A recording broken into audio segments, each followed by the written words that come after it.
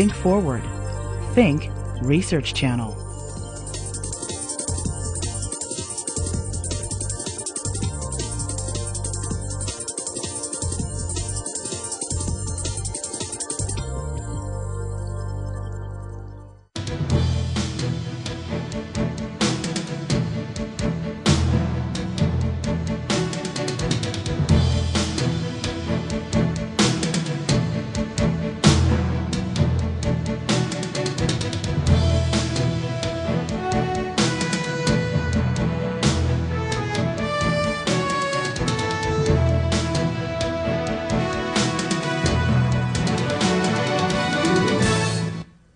Hello, I'm Lee Thornton. Today, a moment with filmmaker Haile Gerima, who directs movies that are anything but Hollywood. Thanks for being with me. Thank you for having me. Before we talk, Kim Skeen reports on the man and his movies. Carolina, you waiting Africans, step out and tell your story. My film projects are projects that I feel I would like them to exist along all the other stories told, without coming at the stories saying, are they credible? Can they sell? Would people watch them?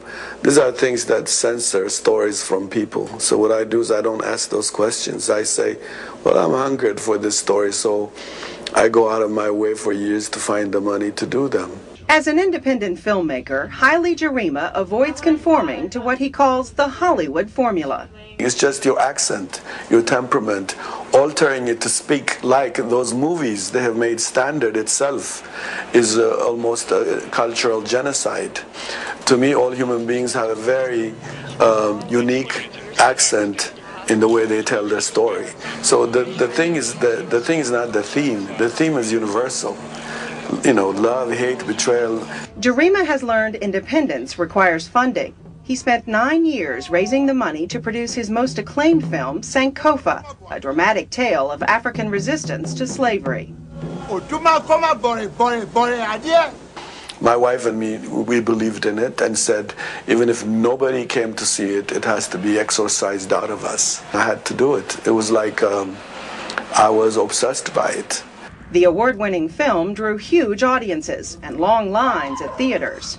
It was very powerful to see, millions of black people hugging me, crying, and thanking me, and from here to South Africa, and saying, with all its imperfection, they didn't mind because it quenched a hunger. Who's going to tell it uncompromised, even imperfectly? Gerima's written, directed, and produced movies and documentaries. He's editing a new film called Taser, a drama set in his homeland of Ethiopia. Okay. Lay that track there, but at least have it here. Okay. It's part of his soul. Like, his scripts become part of his soul. So he works and he knows them, and it's just pieces of himself, so he can just spew them out. His edit room is located in a multi-purpose center Gerima created with his wife.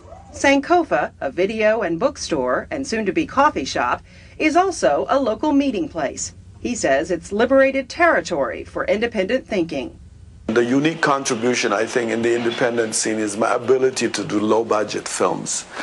That craft I have developed very well, and I'm proud of that. So what I do is, I said to myself, transfer this to young people. He does that as a professor of cinema at Howard University. He also conducts a free script writing workshop at Sankofa. Once a person gives you the benefit of listening to you, you owe them to listen back to their feedback. He allows you to do just that, to find your voice. And he doesn't necessarily persuade you to go in any one direction. And I think that he's not, when he teaches cinema, he's not trying to make carbon copies of himself. Young people have a capacity to recharge your battery. They can inspire you. Gerima believes filmmakers have the power to heal the past by telling their stories. For me, telling stories, however irrelevant society thinks, if it's resonating in you, there's some force wanting to tell it. And if that society doesn't want to hear it today, they might hear it 100 years from now. But your job is to tell it, to scream it. Haile Gerima will continue telling stories. He already has ideas for future films. Kim Skeen reporting for A Moment With. So good, so visual, your work. Stories that are part of the soul, one of your students said. And you bring to that a different personal history. You're Ethiopian by birth, and it is Gerima. Yes, Gerima, I want to say it properly. Your father was a writer, your mother was a teacher, yes, and you had your early education in Ethiopia. Yes. Tell me more about that. Well, it's not only my mother and my father, but also my grandmother. You know, I grew up, I was one of the 10 kids when electricity came to our house. And before electricity, we all sat around the fireplace listening to our grandmother. And for me, storytelling is just a way of life. And I also, became aware at early age that telling your story is how you also grow as a person, reciprocating with people who listen to your story. And that is my earlier nurturing. Your grandmother then, no, griot tradition is West African, you are East African. What's the counterpart? Was she the counterpart of the griot in East Africa? Yeah. What are they called? Well, I would say in our language, it will be like Margeta or Manakuse. It all implies elders who have the right to speak to you, to give you the context of your existence. And that, I think, is universal. What kind of stories did she tell?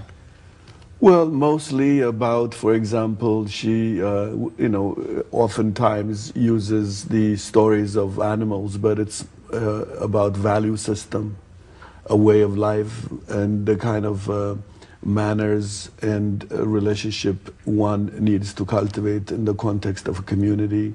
But she also taught history. My grandmother was she was actually in favor of another king that Haile Selassie overthrew.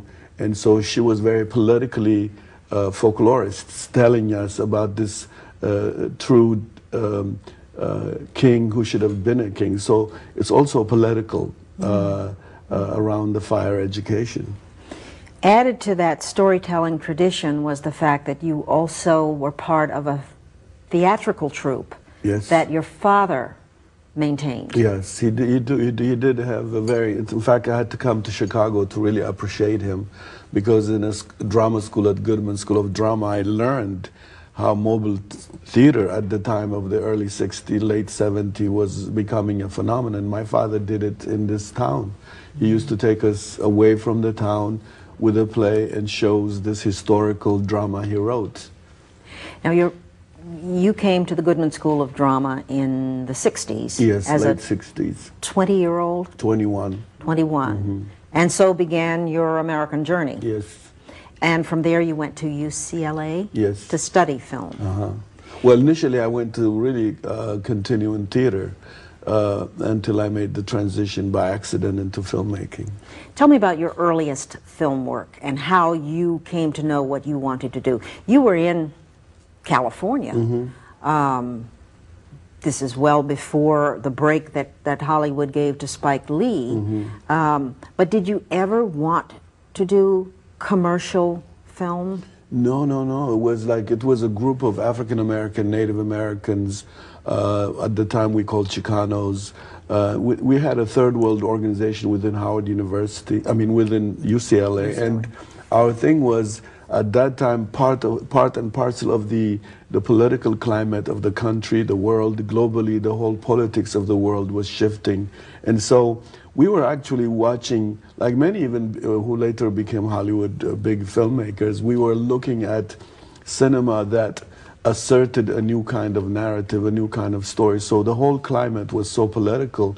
Everybody was, very phobic towards Hollywood. So for me, I was part and parcel of that. And so when every film we were trying to make, we were trying to find our voice, our identity, and not submit to the formula. So it's the climate. So you knew virtually from the beginning that you would be an independent filmmaker. Oh yeah, as I went to the film school, I would say I was confused in Chicago, but once I got to UCLA and then stumbled into cinema at the time of the political crisis of my personal life, then cinema became a weapon for me to really comprehend my own turbulence.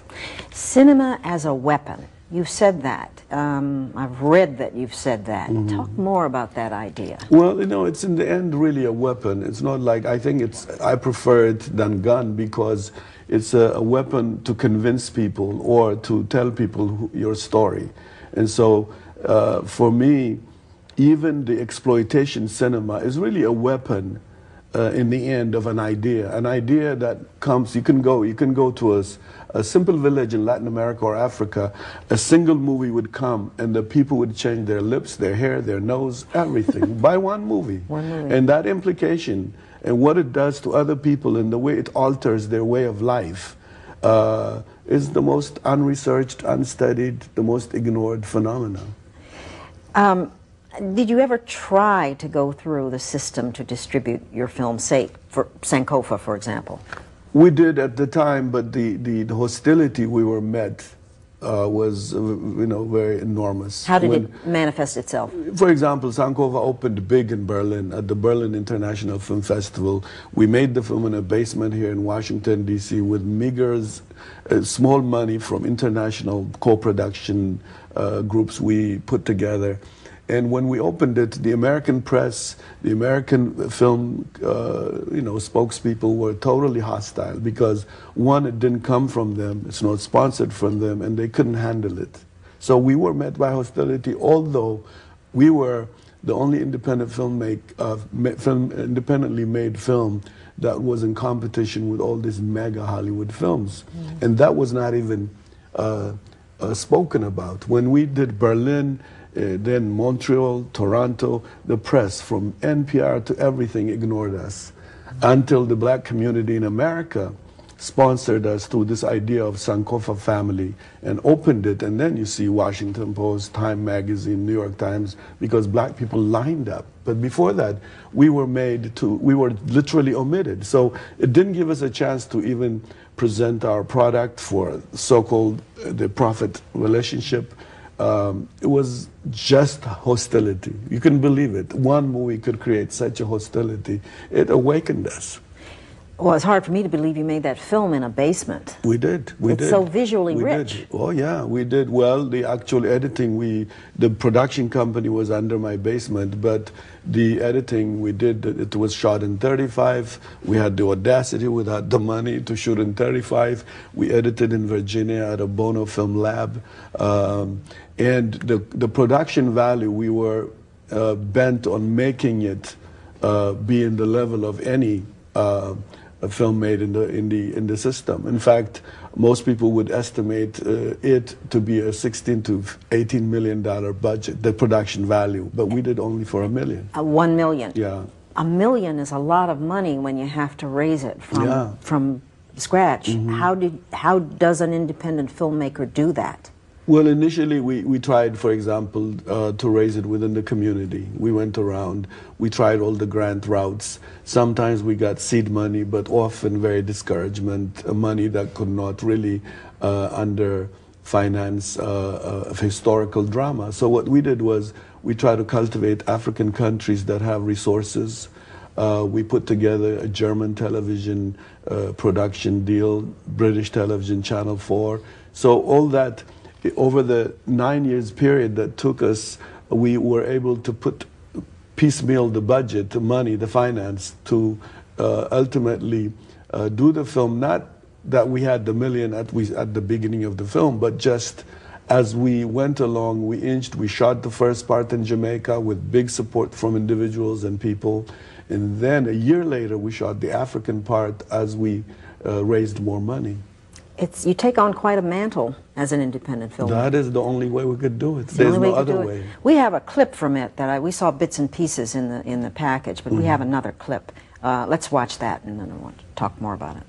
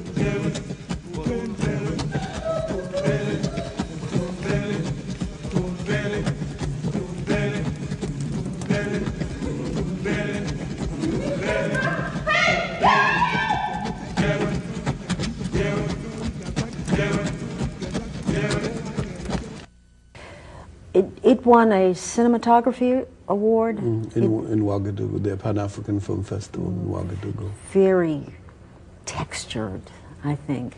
What is Sankofa about? It's really about, you know, the power of history, exorcising the past in order to really, you know, come at peace with your present situation and forge some humanist future. The very title means that.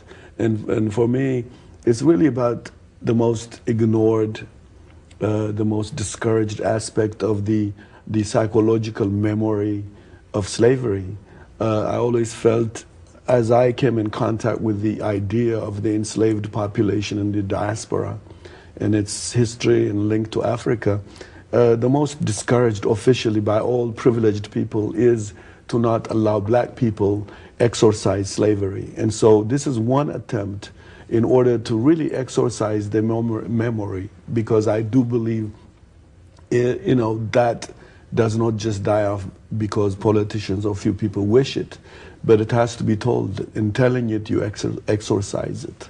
The lead character is Mona, who's a model. Yes. And she time travels. Yes. Goes back Yes. to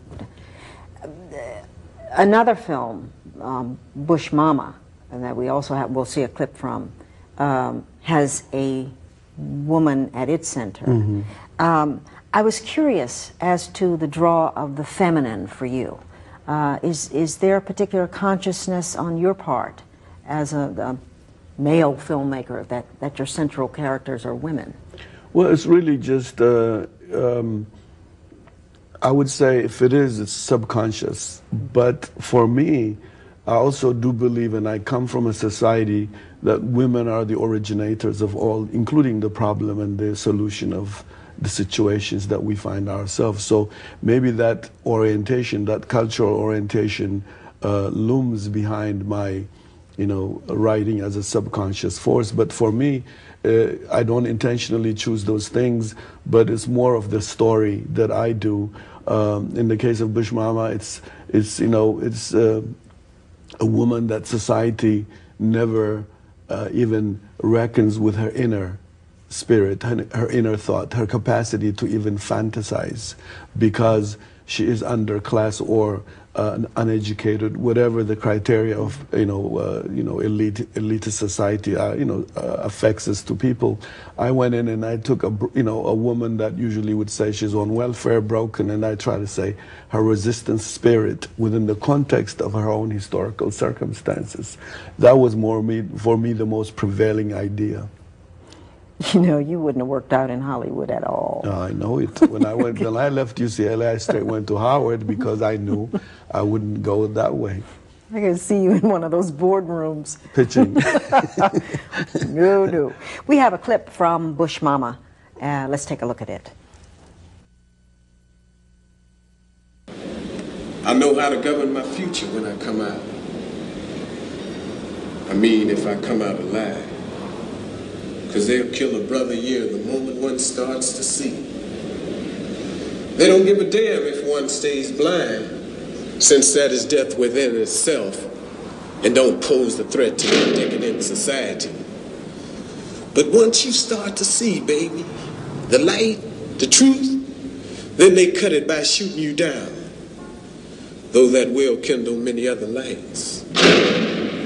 But baby, they always reacted irrational. They never knew or had the wisdom to overcome problems that face mankind. They always went about it the wrong way, since they are blinded within the desperate motive of profit. I'm sure in a short time, that'll sound different. But being behind bars one day, baby, is just as long as 10. The Washington Post said about Bush Mama that fury shakes every frame. Suffice it to say, it's not a comedy. Must film hit as hard as your films do to be effective, do you think?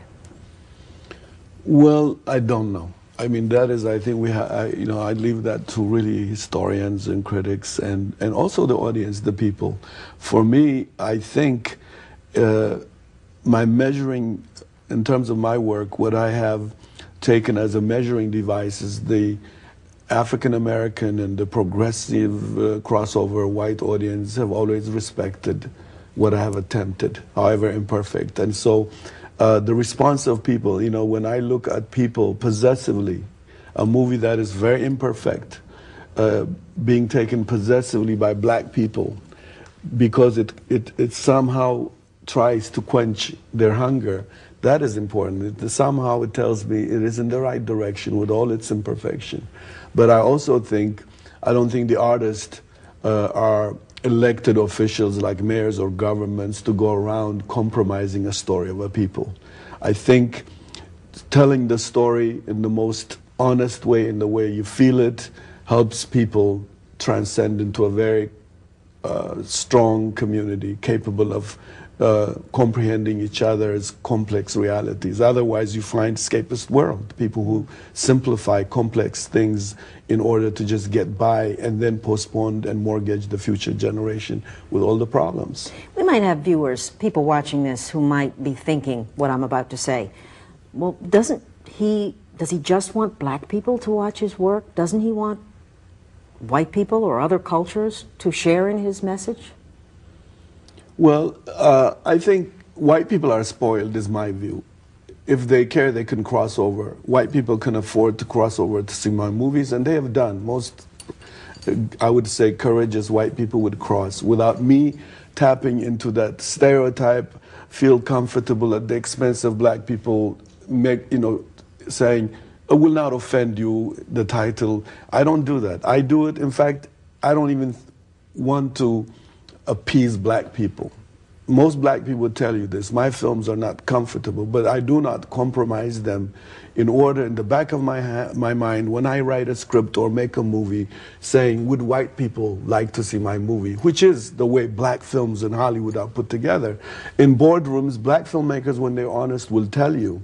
They always ask, would white people like this film? Nobody asks, would black people be offended with this movie? It's always, which means there's a class system based on race and how culture is, commodified. And so for me, that is the wrong route for art. An artist should be honest, and gutsy people should cross over. I'm not a clown, I'm not an entertainer.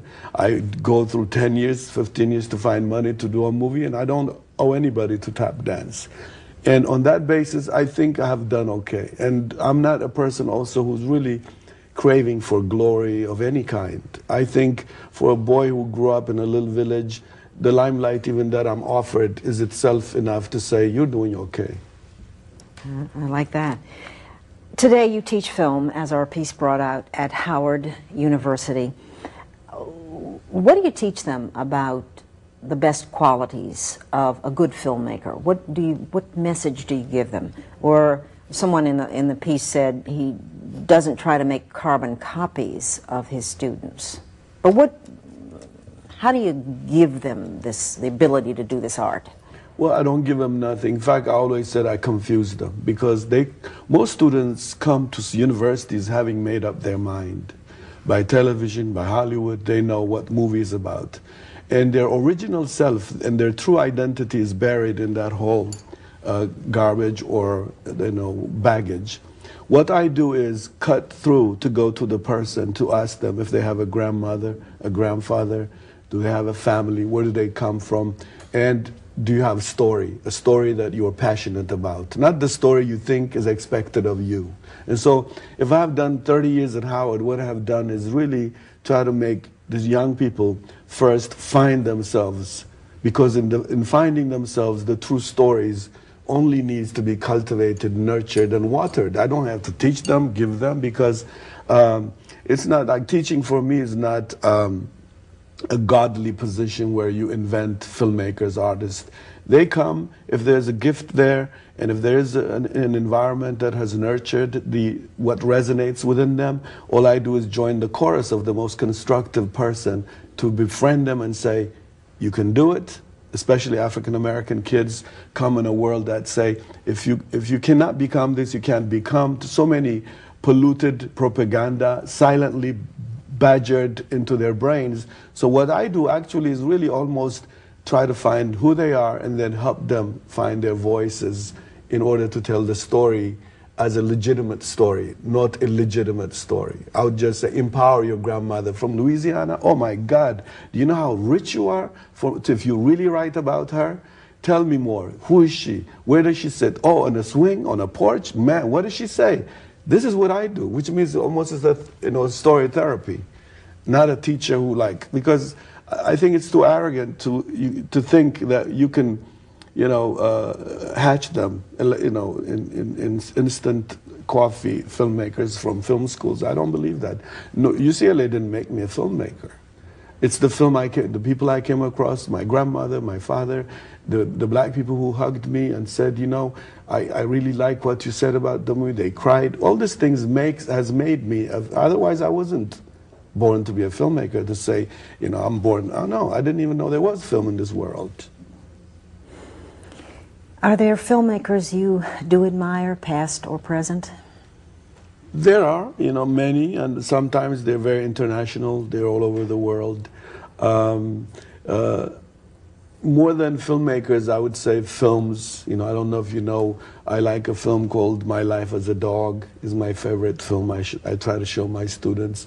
I see a lot of old movies. I'm not crazy about contemporary films, and I think filmmakers like Francis Ford Coppola are giant filmmakers. I try to see their artwork and admire their attempt to make film within a commercial world. Then I have people like Charles Burnett. I don't know if you know him. He made the film Killers of Sheep. Filmmakers like that, Raoul Peck, who made the film Lumumba. These are the filmmakers that inspire me to also say, yeah, keep going at it. We have 1 minute left, and I don't want to leave before asking you what's next for Haile Gerima. Well, I'm trying to do a major project. I'm trying to do is about Maroons, and these are the story of black people in America who went to the woods, who went to the swamps, the mountains, to fight for their own freedom, not by the agency of do-gooder white people, but these are black people who decided they have to be free, because I do believe most black people are mortgaged by somebody having freed them. I think the language of Lincoln freeing black people is a very loaded psychological message. So what I'm trying to do is bring this hidden story of Maroons in America and South America all the way to Brazil. So I'm trying to do a 7-hour documentary film and then come up with a fiction which will be a sequel to Sankofa on these Maroons who are like their own agents of fighting the evil system of slavery. That, I think, is a major contribution for those young people who try to really go into the historical documents to make more stories out of it. And that's Maroons, like the Maroons, color. yes. The Maroons. Yeah, these are like, the Maroons is like the Spanish called it Maroons, it means wild animal. But the Spanish in the Florida area called black people who were running away, Native Americans, as wild animals who run away. So it comes from Cimarron. Now it's Maroons as it's in English dictionary. Thank you so much for being with me today. Thank you for having me. Really enjoyed it. Thank you. And thank you for being with us. This Moment with filmmaker Haile Gerima. We'll see you again. I'm Lee Thornton.